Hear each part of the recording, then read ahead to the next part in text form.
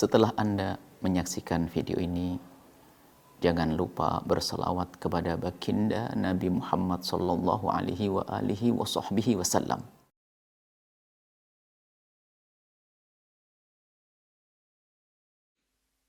Assalamualaikum warahmatullahi wabarakatuh. Alhamdulillah wa syukrulillah. Fasalatullahi wa salamuhu ala rasulillah habibina sayyidina Muhammad ibn Abdullah wa ala alihi wa ashabihi wa mawalah. Allahumma ya Rabbana nas'aluka ilhama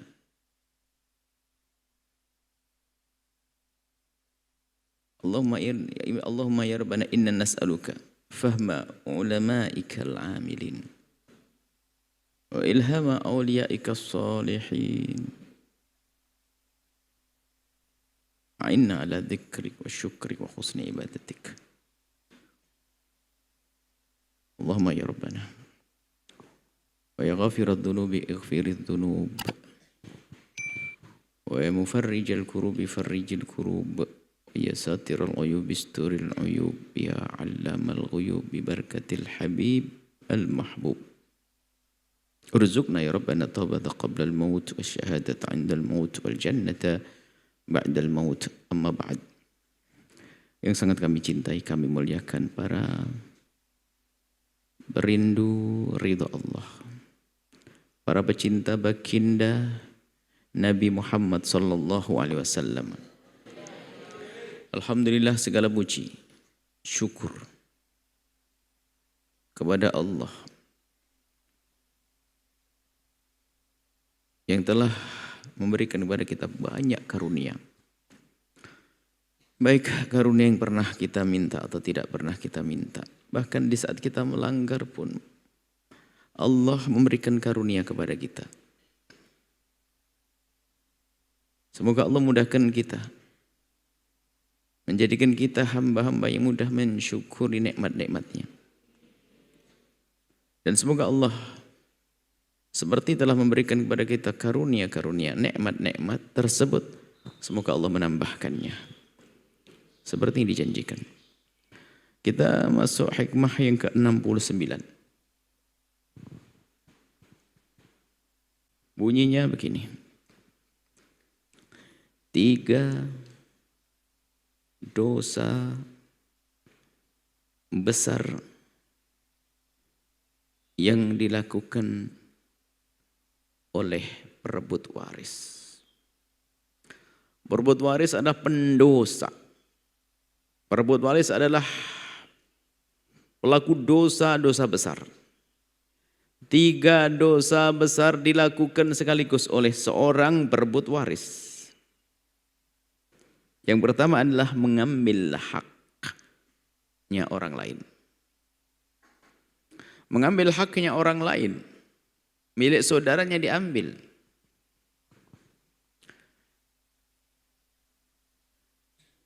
Yang kedua adalah durhaka kepada orang tua. Yang ketiga adalah memutus tali persaudaraan. Satu saja dari dosa tersebut dilakukan seorang hamba layak untuk dimasukkan neraka jahanam, neraka terdalam. Dosa besar. Bagaimana jika seorang hamba tersebut melakukan dosa besar, 3 dosa besar sekaligus? Waris rezeki nomplok. Seharusnya disadari seperti itu. Bukan jerih payahnya, akan tapi orang tua meninggal dia mendapatkannya. Akan tapi dasar si busuk hati bukan bersyukur, akan tapi tamak rakusnya yang subur, sehingga dia tidak puas dengan jatah yang sudah ditentukan oleh syariat, maka dia mengambil milik saudaranya, penjahat. Mengambil hak orang lain. Dan kami ingatkan kepada semuanya urusan warisan segera beresin. Sebab di balik warisan tersebut setan-setan. Setan yang menjaga waris. Sehingga kalau ada orang diajak membahas masalah waris kadang yang muncul emosi amarah. Hati-hati. Kadang hartanya tidak seberapa tapi gede, yang gede adalah setannya. Membagi waris adalah paling gampang. Ilmu membagi waris dikatakan ilmu 24 jam. Ilmunya ilmu pasti, hitungannya jelas. Tapi yang repot bukan pembagiannya, akan tapi kesadaran seorang hamba untuk membagi waris. Dan setan paling senang bermain di balik waris. Karena apa? Pintu dosanya gede-gede, 3 langsung paling tidak dilakukan oleh perebut waris. Sehingga kalau orang berebut waris sudah nggak pandang dia. Bukan karena harta yang banyak, bukan. Kadang si fakir pun lihat. Orang fakir meninggal dunia punya anak rebutan waris. Yang direbutkan bukan barang-barang gede, akan tapi mungkin tikar robek, mungkin panci karat dan seterusnya, meja patah kaki segala macam lihat. Yang penting masuk neraka. Tidak harus orang kaya, maka jangan sampai ngentengin, orang tua kita nggak ninggalin apa-apa. Paling rebutan apa? Jangan ngomong begitu, piring pun bisa jadi bahan rebutan. Yang gede setannya, waspada dan waspada. Maka catat oleh dirimu sendiri. Jika ternyata kita ini kok tergolong orang yang emosian dalam urusan waris, jangan-jangan kita ahli neraka berjalan di atas bumi. Maka di dalam pembagian waris kami ingatkan, jadilah engkau orang yang paling sejuk di saat pembagian waris. Jangan emosi, jangan marah. Bahkan kadang yang paling jahat, yang paling alim loh ya, hati-hati. Urusan waris.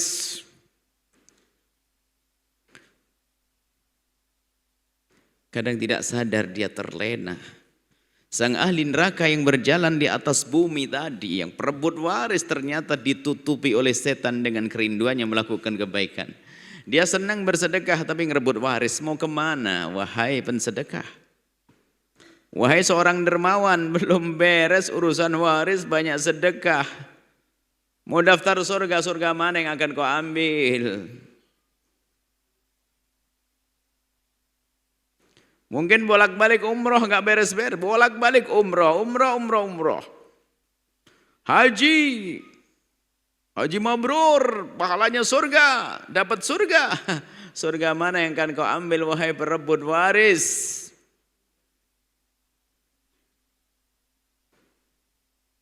Hati-hati semuanya. Ini ilmunya ilmu insaf. Kadang orang ngerti ilmunya belum tentu sadar.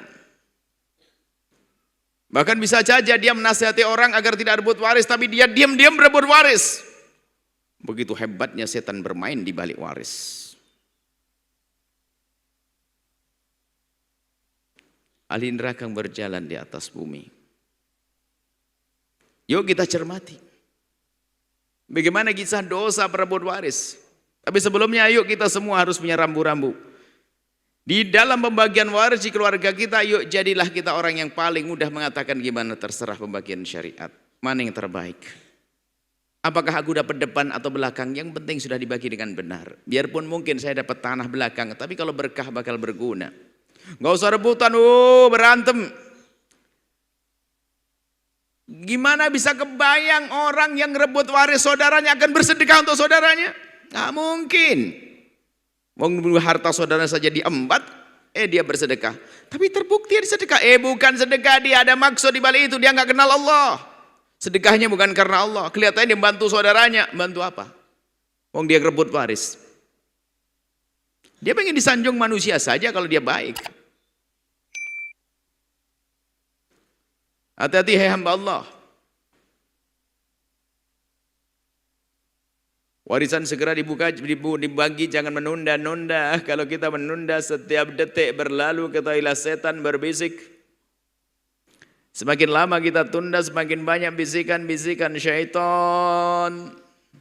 Dan alangkah banyaknya orang di tahun pertama sejuk hati enggak mempermasalahkan, tahun kedua pun juga belum mempermasalahkan. Ternyata masuk tahun ke-10, subhanallah, ribut.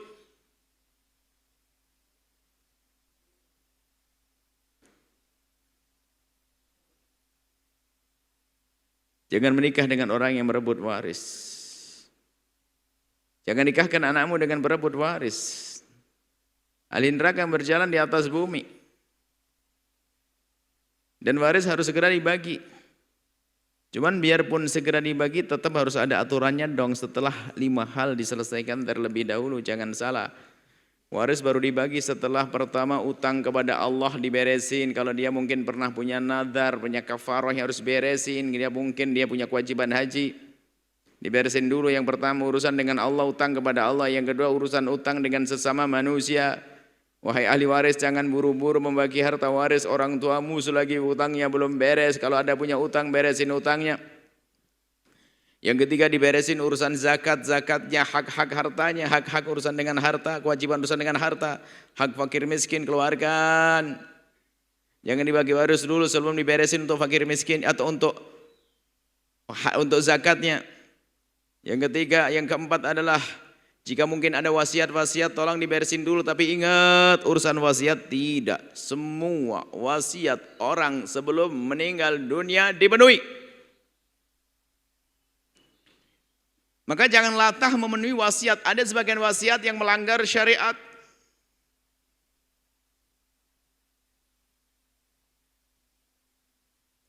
Wasiat yang melanggar syariat nggak boleh dipatuhi. Wasiat yang tidak syar'i nggak boleh dipatuhi, dipenuhi, tidak.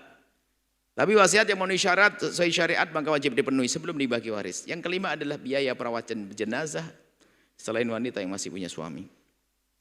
5 hal ini dipenuhi baru dibagi waris. Dan jangan menunda lama-lama. Tapi subhanallah, kadang itu seolah-olah nggak enak. Jangan dibagi nggak enak kayak rebutan waris. Itu sebetulnya dia bukan karena Allah. Kalau karena Allah akan senang bagi dengan cepat. Nggak enak masa kita bagi waris. Jadi nggak enak di hadapan siapa? Wong itu ada saudara yang butuh kok. Ada saudara yang membutuhkan. Di antara ahli waris ada yang sangat membutuhkan. Iya kamu kaya, kamu cukup. Tapi dia tidak cukup. Harus kau pikirkan. Maka biarpun dirimu sudah cukup, maka cepat selesaikan urusan waris. Karuan kalau engkau tidak mau ngambil waris, ikrar. Wahai adik-adik kok aku tidak ngambil waris. Selesai buat kamu semuanya. Sah. Aku tidak mengambil hak saya, sah ngomong begitu? Baik, dosanya 3. Sang perebut waris, 1 saja serem. Yang pertama adalah mengambil hak orang lain, hak saudaranya. Mengambil miliknya orang lain bil batil dengan cara yang tidak benar disebutkan dalam Al-Quran berarti dosa gede. Allah mengambil hak saudaranya ini. Kalau sudah ada orang jahat sama saudara itu apa? Sedarah dengan dia. Bapaknya sama, ibunya sama. Kadang bapak sama, biarpun ibu tidak. Kadang ibu sama, biarpun bapak tidak. Maka hubungan darah menjadikan mereka saling mewarisi. Ternyata ini orang jahat kepada saudaranya. Saudaranya sedarah itu mestinya tidak bisa jahat. Ternyata sama saudaranya jahat. Maka ketahuilah kalau ada orang berani jahat sama saudaranya, jangan dekat-dekat, gilirannya kau dijahatin. Wong saudara saja dijahati, diinjak. Apalagi orang lain hanya kesempatannya saja belum. Makanya orang berebut waris betul dicurigai orang ini, membahayakan banget dia. Allah pun tidak senang dengan dia, tidak berkah, menjadi sebab tidak diturunkannya rahmat. Orang-orang seperti itu. Dosa yang kedua adalah durhaka kepada orang tua. Karena kebalikan dari itu namanya bukti yang sesungguhnya. Min abaril birri silatu wudi abihi. Termasuk bukti yang sesungguhnya yang sangat luar biasa adalah nyambung silaturahmi orang tua. Berbuat baik kepada sanak kerabat, berbuat baik kepada saudara adalah sambung silaturahmi. Maka sambung silaturahmi kita dengan saudara, tanda bakti kita pada orang tua. Begitu juga sebaliknya yang memutus tali persaudaraan menjadi sebab permusuhan, maka dia telah mengajak permusuhan dengan orang tua dan itu artinya durhaka kepada orang tua. Maka menyakiti atau mengambil haknya adik, mengambil haknya saudara itu berarti menyakiti orang tua. Orang tua akan murka. Maka inilah yang dinamakan durhaka kepada orang tua. Karena zalim kepada anaknya orang tua. Hati-hati wahai perebut waris, tobatlah saat ini, detik ini, jangan nunggu nanti. Jangan-jangan nanti bukan milikmu. Jangan-jangan sebelum nanti itu datang, sudah datang malaikat Israel mencabut nyawamu. Hati-hatilah wahai hamba Allah. Saat inilah untuk tobat, saat ini untuk mengakhiri kezaliman.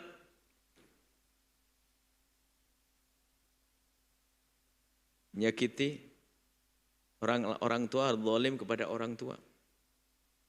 Subhanallah. Begitu sebaliknya jika kita bisa baik-baik dengan saudara kita, ketahuilah. Orang tua sudah tidak ada, tapi seorang kakak melayani adiknya seperti anaknya.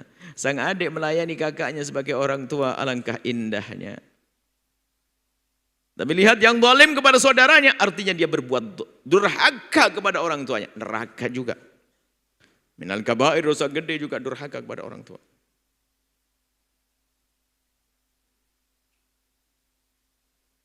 Dosa yang ketiga adalah memutus tali persaudaraan.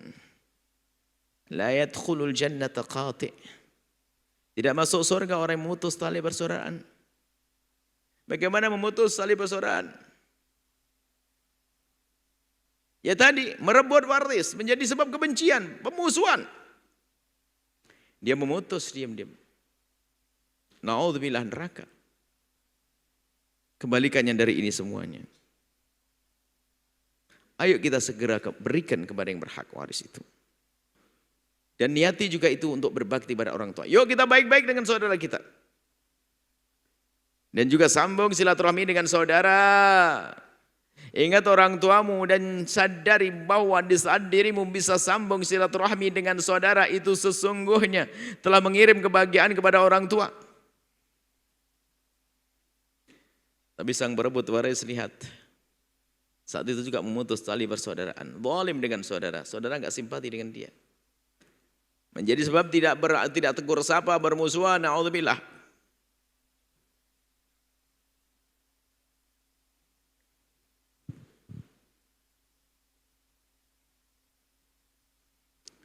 Belajar ilmu bukan untuk menilai orang lain. Kesalahan kita dalam menuntut ilmu adalah untuk mengukur orang ini jahat atau tidak jahat. Tapi menuntut ilmu yang pertama dan utama adalah untuk diri kita sendiri. Apakah yang kita dengar itu menjadi kita berubah atau tidak? Apakah yang kita ucapkan menjadi kita berubah atau tidak? Itu ilmu insaf. Alangkah banyaknya orang menghafal permasalahan agama ribuan mungkin ribuan hadis. Akan tapi hatinya tidak benar. Enggak ada keinsyafan dia. Ilmu salah bukan untuk dirinya, maka untuk nilai orang. Fulan begini, fulan begini, fulan begini. Masya Allah, na'udzubillah. Maka yuk kita koreksi diri kita. Semuanya bagaimana kita dengan saudara kita. Dan semua dari kita pasti membicarakan tentang waris dalam hidup kita, mau tidak mau.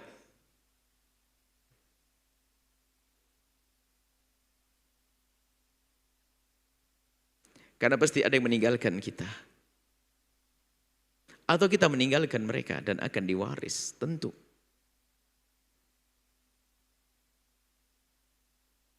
Ayo kita waspada, beresin harta waris secepatnya. Jangan ada berbuat zalim, hati-hati. Jangan sampai berbuat zalim urusan waris. Baik, kita baca kembali hikmahnya. 3 dosa besar yang dilakukan oleh perebut waris, yaitu pertama, mengambil haknya orang lain. Yang kedua, durhaka kepada orang tua. Yang ketiga, memutus tali persaudaraan. Dari 3 dosa besar ini, 1 saja diambil cukup untuk masuk neraka terdalam. Bagaimana diborong 3-tiganya? Semoga Allah mengampuni semoga Allah mengampuni kita semuanya. Suatu ketika ada satu orang, rombongan, keluarga. Dia kurang lebih 5 atau 4 bersaudara begitu. Pada datang semuanya. 1 yang tidak datang. Di antara yang datang itu, Masya Allah, kami tenang. Kenapa? Rupanya salah satu dan mereka ada seorang yang mengerti agama. Bahkan mungkin guru atau bagaimana. Dia menjelaskan, waris harus buya, waris bagi buya, bahaya, gini. Wah. Karena di keluarga tersebut sudah ada yang pandai ngomong agama dan mengatakan waris itu harus begini, sebagainya. Udah senang kita sudah, kalau itu selesai. Alhamdulillah, segera dibagi pun. Kita baca Fatihah, bubar pulang. Tahu-tahunya 2 dari mereka datang lagi mewakili yang lainnya.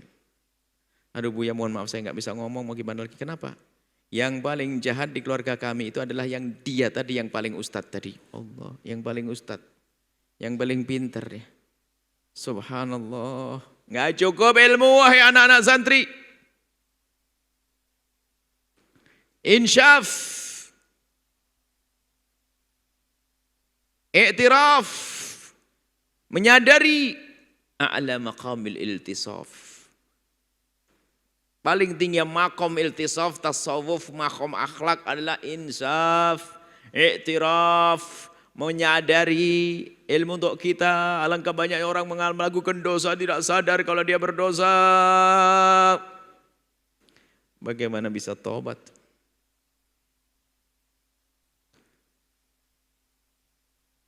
Semoga Allah menjauhkan kita dari berebut waris.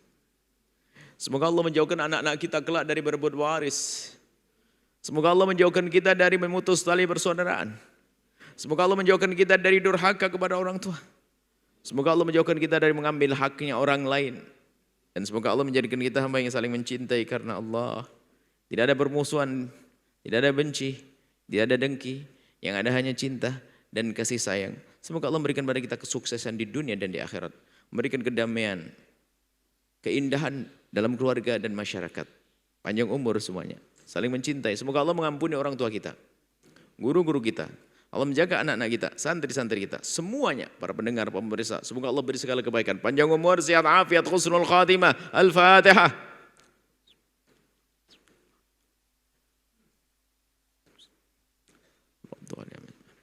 Terima kasih, mohon maaf. Selalu wabillahi taufiq wal hidayah. Assalamualaikum warahmatullahi wabarakatuh.